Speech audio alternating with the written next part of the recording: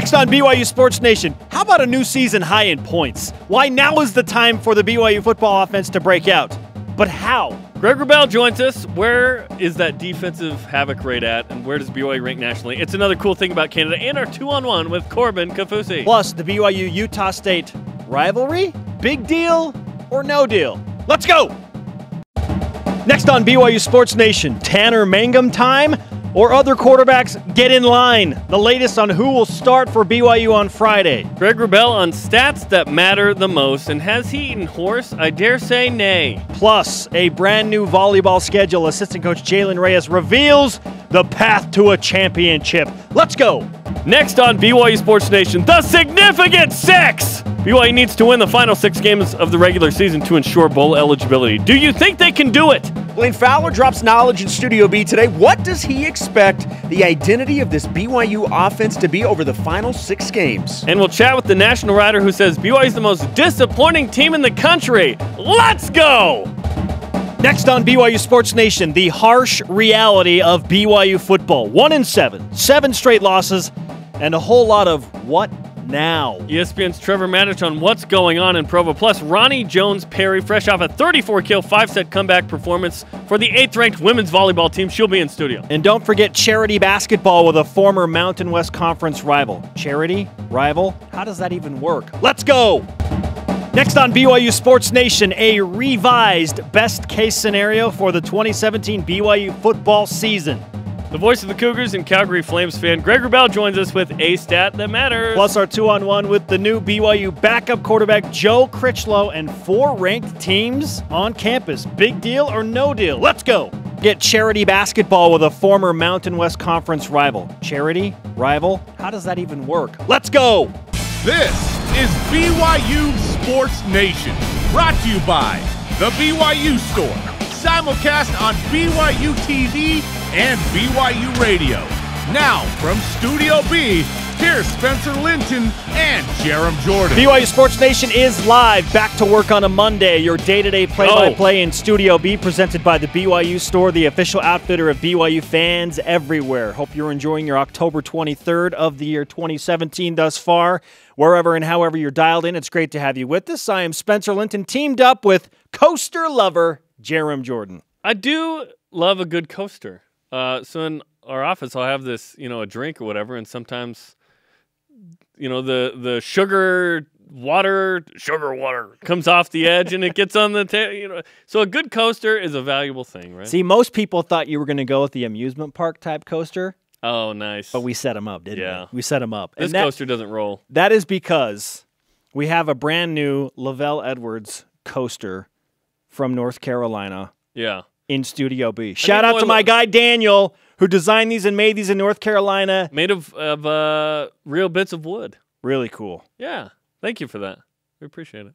So now you can keep Jerem's sugar water. That was my positive moment of the weekend. I had 2. Yeah, hey, you've been in like 9 states in 8 days, by the way. Welcome I know. Back. It's ridiculous. Yeah. I am so happy to be back and have some form of stability now. I haven't been in Studio B and neither of you since Tuesday. Or Tuesday, as some people call it. Which is weird, right? Okay, so two moments that were really cool on Saturday night. One, receiving these coasters, and the second, taking a picture with the ECU Pirate. Whose name is Petey. Yeah, Petey the Pirate. P-E-E-D-E-E.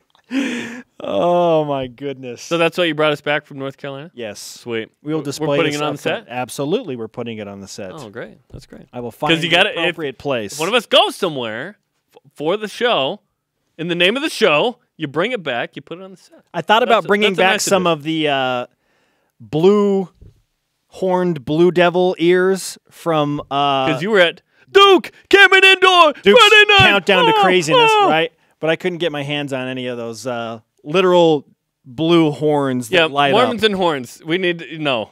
Thank you.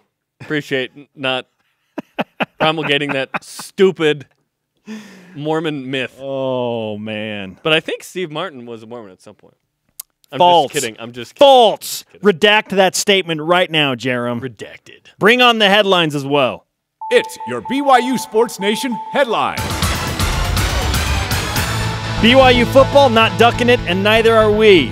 The Cougars have lost a 7th straight game, most recently to ECU. What? On Saturday by a final of 33-17. The Cougars fall to 1-7. Tanner Mangum, quarterback, y'all, spoke with us after the latest frustrating setback to expound what happened. You know, it comes down to all of us executing, making big plays. You know, we just didn't do that enough. You know, we kind of got flowing at the end, but we got to be able to do that all game. So it's just you know, frustrating that we didn't do enough. More on the ECU game coming up. Francis Bernard, who is redshirting this season, was arrested Saturday morning on suspicion of DUI. Defensive back Marvin Hefo was also in the vehicle and cited for having an open container. Bernard is not currently enrolled at BYU. BYU basketball announced Friday they will play at New Mexico this Friday in a charity basketball game. The Cougars and Lobos tip off at 9:30 p.m. Eastern. Again, this does not count against the resume, but this is a good early test for BYU basketball. Proceeds for the game will benefit victims of Hurricane Harvey in Houston. Now, because it's an exhibition and because it's on the road, TBD on TV, radio, it doesn't lend itself easily to that because the proceeds have to go to charity, and that's why you can play this extra game. So I'm not even sure we'll be able to watch this game per se, but it is a great tune-up. The Cougar Tip-Off's Wednesday, like you mentioned. We're on the call for that on BYUtv.org and the BYU TV app. Of course, BYU Radio will have it as well. So it's going to be a fun Wednesday night. After losing the first 2 sets, 8th-ranked BYU women's volleyball came back to win in 5 against LMU. Ronnie Jones-Perry, Copper Hill's finest, had a career-high 34 kills. We will be joined on the set later by the likely West Coast Conference Playa of the Week. Yeah, can we just put that in writing with our king-size Sharpie that we have on desk now? If it doesn't happen, then something's wrong with the system. Yeah. Nice comeback win. BYU's done that twice in the league they did it against Portland, too.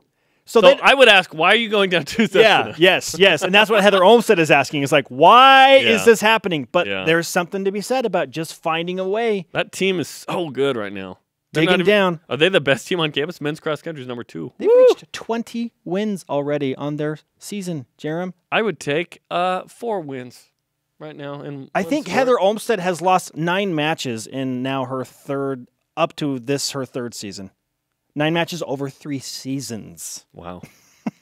I'm trying really hard not to compare to another sport right now. Rise and shout. It's time for What's Trending. You're talking about it, and so are we. It's What's Trending on BYU Sports Nation. Harsh reality.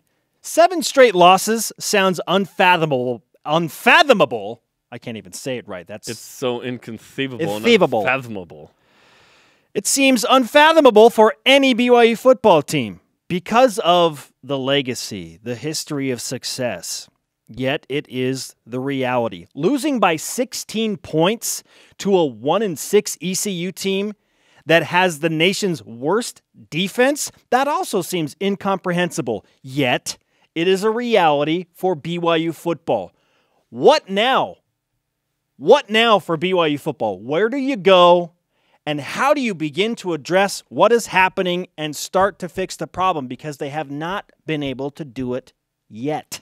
Yeah, that's a real issue. It's one thing for me to lose, okay? A losing season is not a terrible thing. What? Look at Michigan State and Notre Dame right now. They had 3 and 4 wins respectively last year. They're 6-1. BYU was the one beating up on Michigan State in Lansing last year. That's right. Utah, when it went to the Pac-12, growing pains, 5-7, 5-7. They're in a 9+ win ranked most of the time situation, okay? It's okay to take a step back. It's not okay to take like 3 or 4 steps back. That's what it feels like is happening and has happened with BYU. 0-7 against FBS teams. Pathetic offense. Can't score against the nation's worst defense. That's really hard to swallow for the fan base, for the program, for the players, for the coaches. BYU needs to be better, and they're not. And it's really bad right now. San Jose State comes into town. If you think BYU's bad, San Jose State's a 14-point dog, according to Vegas. So BYU's hoping to get a win. I don't want to talk about it, but I will bring it up. 6 and 7 teams can go to bowl games should BYU win out, although Fresno State looks like a loss unless BYU really turns it around. So there's some semblance. Fresno State might win the Mountain West. Yeah, they just beat up San Diego State. I'm not saying BYU is going to win out, but just pocket that for later should BYU win this week. it's really bad right now. Like, you could argue this is one of the worst BYU football teams the last 50 years. So at this point, I say, blow it up. It's not for this year. You're playing towards next year because you aren't going to accomplish much, if anything, this year that you can write home about. Confidence is such a delicate thing. I mean, what's it like to go through a 7-game losing streak playing for BYU where expectations are infinitely high? Yeah. The expectations to win 8 or 9 games. BYU's an 8.5 win program in independence. Yet they have to do it week after week. We're going to ask ESPN's Trevor Maddich what that dynamic is like and what he would say to the BYU football team right now and to the fan base. I've got an issue, too, with BYU's passivity on offense. They're just playing not to turn it over.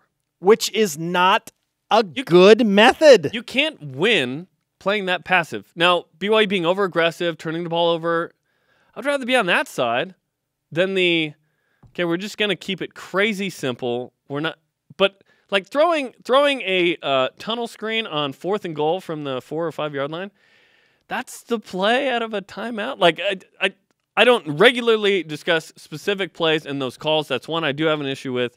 Obviously, it's not going well with the offense. Things need to change. Has anything changed? Has anything changed? What's changed? And Tanner Mangum's the guy, and they don't want to play Joe Critchlow, clearly. He would have played in that game if they thought he had an ounce of something that could win the game for BYU. But apparently not. When you're 1-7, nothing's really going well. And offensively, and it's not just the offense. The defense gave up, 6 or 7 yards per play? Gave up 33? I mean, ECU has a decent offense. Yes. And you create a turnover. That's the opening touchdown drive as well for BYU. So it's not like it's just the offense. But if the offense could just be decent, I think it would change things. And I'm hoping to see that Saturday. Tanner Mangum mentioned to me in the postgame on Saturday night, very quickly, look, this is 100% a team thing. It's hard to pinpoint one thing. There are several things that are not when you're going 1-7, well. It's just about everything that there are isn't going several well. things not going well. I'm just trying to figure out what issue number one is. Like, where do you assert your attention? What's the biggest? I got 1A, 1B, right 1C, 1D, That's the 1E, thing. 1F. There are a lot of things. Yeah. Where do you go? I can't point it in one direction, nor will I. What are you all doing to handle this? That is the premise of today's Twitter question. What are you doing to cope with the 1-7 BYU football season? Use hashtag BYUSN. At Firth, Tyler. Is he from Firth, Idaho? Have you heard of that city, Firth? Yes, I have heard of Firth. I love it.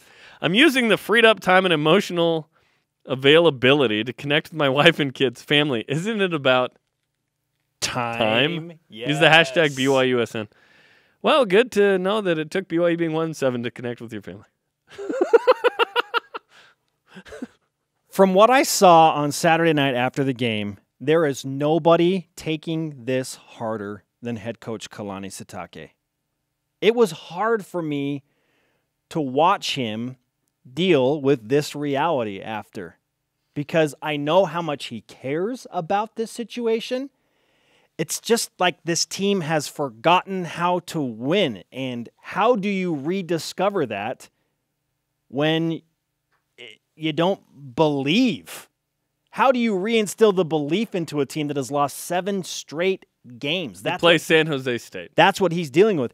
And BYU's a 14-point favorite over San Jose State, despite being 1-7 against the 1-7 Spartans. BYU own 8 ATS, by the way. Kalani Sitake did have this to say after the game on BYU radio. I just really have to evaluate everything again and like I said before, plan for the future and make some good decisions that will help us. You said blow it up and exactly play for right. the future. Play for the future. Play for the future. Play for next year's team and schedule. Tanner Mangum has to figure some stuff out if he's going to be the guy next year. And BYU needs to beat an FBS foe. I can't believe 0-7. Yikes. that BYU has not had a second-half lead. That's amazing. Against any FBS team all season. Not against Utah State, not against ECU. They have not led, let alone win a game, obviously. BYU has never led in the second half against an FBS foe. BYU was tied against ECU. At half. At half. And Kalani Sitake mentioned, we haven't led or been tied at half much, so I wanted to at least be tied. So they kick a field goal there. Can Austin Confenses throw a pass at least once? Mix it up. Just so it's not crazy predictable? Mix it up. Throw it at least once. Just throw it. Throw it out of bounds. I will say this. As hard as it has been on Kalani Sitake and his staff and this team with everything that is spiraling right now, the dude will not stop believing. Listen to this. We're so much better than this, and that's the frustration, and that's what it comes down to. I mean, that's something that we can know in the background, but right now, I mean, trying to get the second win is something that's been really hard for us this year, and we need to get it because I believe that if we get things going, it'll start rolling. You should have seen ECU, how happy that team was. Like, giddy. How giddy that team was to win a game. They were in the exact same scenario as BYU, 1-6. They got their pirate booty in the form of 33 points. And BYU couldn't score against the nation's worst defense, which brings us to our stat of the day. It's the BYU Sports Nation Stat of the Day. BYU scored 17 points against ECU, who was giving up an average of 50. I didn't realize that 17 plus would have applied to this. BYU will score 17 plus, question mark? That's what we're calling for Saturday, 17 plus points? Hey, the Pirates on average are giving up 50 points a game. They scored 33. BYU scored 17, so they were scoring 22 a game. They totaled for 50 between the two teams. Super neato. Yeah, tough times, man. What are you doing to cope with this? Reading Twitter. 1-7 BYU football. Let's go to the Twitter machine. It's Twitter time. At B Royal Blue Coug, staying supportive. The more I show my support and love for Kalani and the team, the more I feel it for real. I recommend it to all of #BYUSN. I want to feel less. Because then it won't hurt, Spencer. And it does hurt. And I'll look towards basketball season. More on that coming up. Hey, coming up, BYU volleyball. Oh, women's volleyball, crushing it. 8th ranked, down 2 sets to none. Come back, win in 5. Ronnie Jones-Perry, 34 kills Saturday. She will join us. 34! Maybe the karma can take her next level. It's Matic Monday. We ask ESPN's Trevor Matic what his expectations are for BYU the rest of the season. And what's his message to all fans?